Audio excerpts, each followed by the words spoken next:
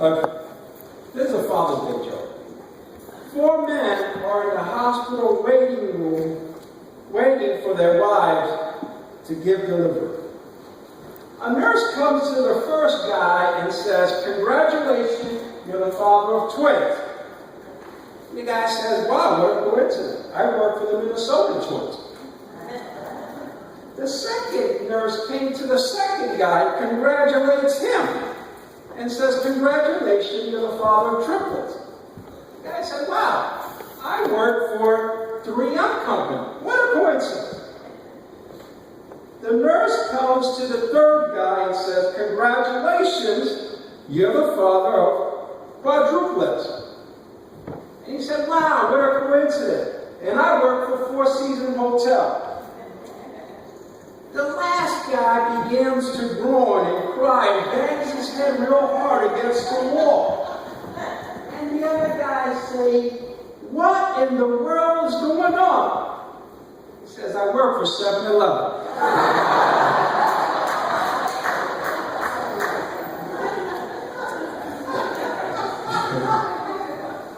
Poor guy. Well, happy Father's Day, everyone. Whether you have one child or God help you if you have 7. But I'm not here to talk about the power of 4 or the power of 7 or the power of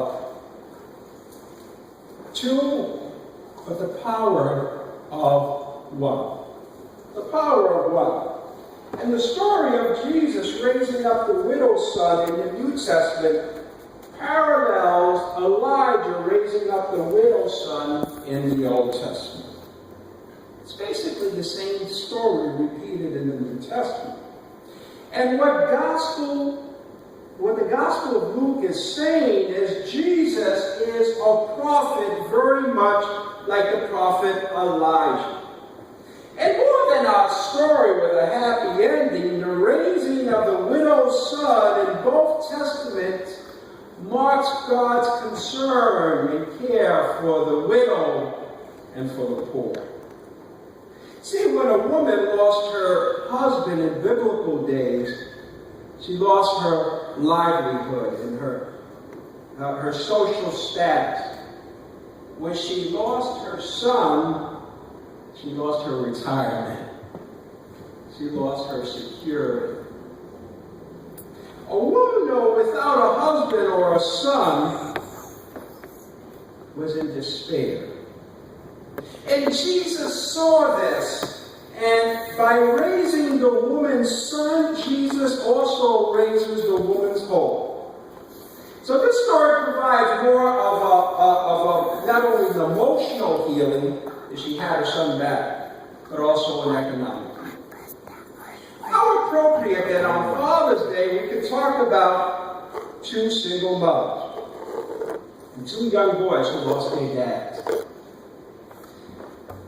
The most important job I have, and you have, well, let me talk about myself, is not being a pastor, as great as and a privilege as that is, or a preacher, or a social worker, or a chaplain in the Navy. The most important job I have is being a dad.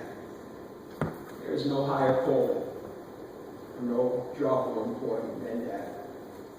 And the power and the influence of a dad can never be underestimated, especially with our children. It's a proven fact that daughters, when they have a caring father, have a higher self-esteem and a relationship with men and marriages. Being a father is more than simply being present at home. Fathers must be fully engaged emotionally as well as physically with their children. They must be present in every which way. According to a U.S. Census Bureau, 1 in 3 children are being raised in America without a father. And of that group, nearly half live below the poverty line. Only 1/3 of single mothers receive any child support. Single mothers are more likely to be poor than married couples.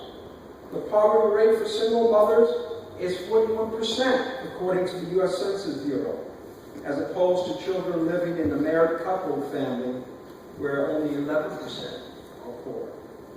Parents do matter, especially fathers. Two-fifths of single mother families are food insecure. 1/7 use food pantry. 1/3 spend more than half their income on housing. Single-parent families are among the poorest in our nation. It's time that we stamp out poverty one child at a time. It's time that we men do the right thing and raise our children and provide for them. One dad can do more than an army of bureaucrats and the state can do. This is the power of one. The second concept of the power of one is this. Elijah, like Jesus, didn't save all of the widows of Israel. And that's one of the points that Luke brings out. That Jesus, though he came, Elijah, though he came where there were many widows, only saved the son of one. Sometimes all it takes is one. I'm praying that God will raise up one person here. And not say that we're going to feed the homeless. I have news for you. There are too many homeless people out there for us to feed. We'll be defeated before we even started, as normal as that feed is. I one time heard this analogy. What's the best way to eat an elephant? What's the answer? One bite at a time. The power of one. All we need to do is not feed hundreds of families. Elijah only raised one child from the dead. All we need to do is start with one family. We can't feed every family, but we can feed at least one. In Luke chapter 7, Luke retells the story of Elijah's resurrection of a widow's son through Jesus. And King Elijah went to Zarephath, New Jersey there, but he went to Zarephath, Israel, and encountered a widow who only had one morsel of bread for her and her son, and says that as soon as they would eat it, they would die. Elijah made a request. It seemed kind of selfish and self-serving. He says, serve me first, and the last, which was the only last piece they had, then God will provide for you and your son for many days. The woman obeyed the prophet, fed him, and there was enough food for her and her child to eat for many days. There's a message here where one eats, so can many more. That's the power of one. There's a message also in giving. The more we give, even in these economic hard times, the more God gives back to us.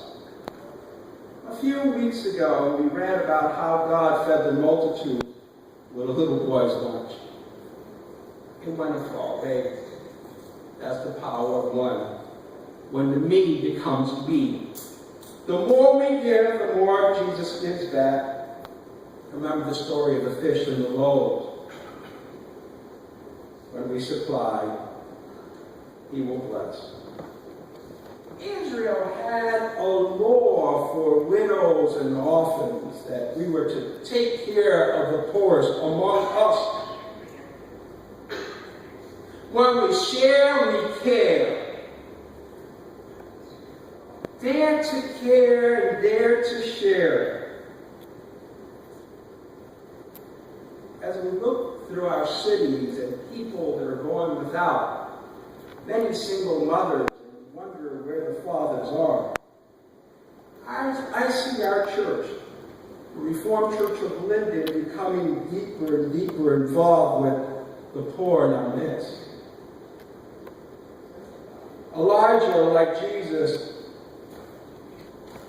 didn't save, not that they couldn't save, but they didn't save all the widows of Israel. He saved one. Brothers and sisters, we don't have to feed or help all the struggling families of Linden. All we need to do is help one. The power of one. The story goes that a little boy goes to a beach to sees thousands of clams dying and drying out in the beach, in the sand. And he patiently takes each clam and throws it back in the ocean. And he spends the whole day there, throwing one clam at a time back in the ocean. A man walks up to this little boy and asks the little boy, what is he doing? The little boy says, I'm trying to save these clams. And the man looks at him and says, there are too many. What difference is it going to make if all you do is save a handful of clams? The little boy responds to the man, it will make a difference with this one. And he throws it into the ocean.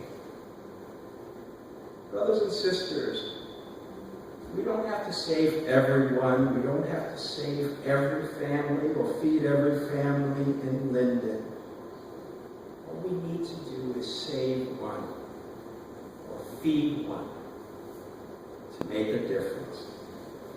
And that, my brothers and sisters, is the power of one. And this is the word of the Lord. At this time,